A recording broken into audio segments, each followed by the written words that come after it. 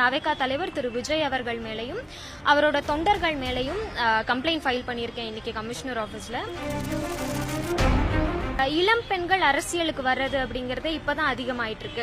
இப்படி இருக்கக்கூடிய ஒரு சூழல்ல அவங்கள பத்தி ஒரு ஆபாசமான கருத்துக்கள் பதிவு பண்ணும்போது அவங்களுக்கு எப்படிங்க அரசியல் களத்துக்கு வரணும் அப்படின்னு தோணும்.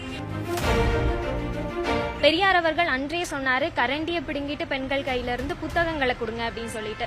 இவங்க மறுபடியும் வந்துட்டு கரண்டியை கொடுக்கக்கூடிய ஒரு நிலையை தான் தாவேகா தொண்டர்கள் ஆகட்டும் தாவேகா தலைவரும் வலியுறுத்துறாரு அப்படிங்கிறது என்னோட கருத்து. எப்படிங்க லாஜிக் இல்லாம இருக்கும்?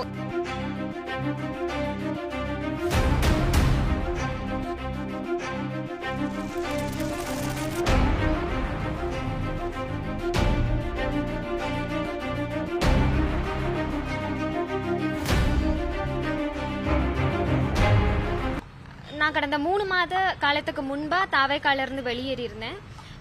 தாவேகால இருந்து வெளியேறின சமயத்துல இருந்தே தொடர்ந்து தாவேகா தொண்டர்கள் ஆகட்டும் ரொம்ப அஃபென்சிவான கமெண்ட்ஸ் தான் போட்டுட்டு இருக்காங்க. ஆபாசமா சித்தரிக்கிறது, மார்ஃப் பண்றது, தேவையில்லாத அவதூறுகளை பரப்புறது, இந்த மாதிரியான ஒரு செயல் தான் தொடர்ந்து நடந்துட்டே இருக்கு நான் வெளியேறின காலம் தொட்டே. நானும் வந்துட்டு தாவேகா தலைவர் திரு விஜய் அவர்கள் ஏதாவது ஒரு அறிக்கை வாய்மொழியாகவோ இல்லாட்டி வந்துட்டு அறிக்கை எழுத்து வடிவிலையோ கொடுப்பாரு அப்படின்னு நானும் எதிர்பார்த்துட்டே இருந்தேன் இந்த 2 மாத காலமா. அவரும் எதுவும் கொடுக்கற மாதிரி தெரியல. எனக்கு இதுக்கப்புறமும் அவர் கொடுப்பாரு அப்படிங்கிற நம்பிக்கை இல்ல. அதனால தாவேகா தலைவர் திரு விஜய் அவர்கள் மேலையும் அவரோட தொண்டர்கள் மேலையும் கம்ப்ளைண்ட் ஃபைல் பண்ணியிருக்கேன் இன்னைக்கு கமிஷனர் ஆபீஸ்ல. இளம் பெண்கள் அரசியலுக்கு வர்றது அப்படிங்கறது இப்பதான் அதிகமாயிட்டு இருக்கு.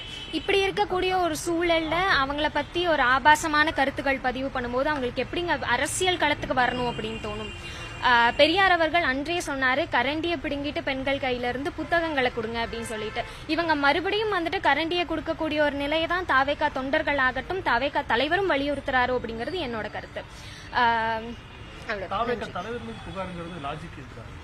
எப்படிங்க லாஜிக் இல்லாம இருக்கும்? யாரெல்லாம் நடக்கும்போதே இப்படி பேசாதீங்க அப்படின்னு சொல்லி ஒரு பேட்டிகள் வாயிலாகவும் ஸ்டேஜ் ஸ்பேஸ்லயே சொல்லிட்டாங்க.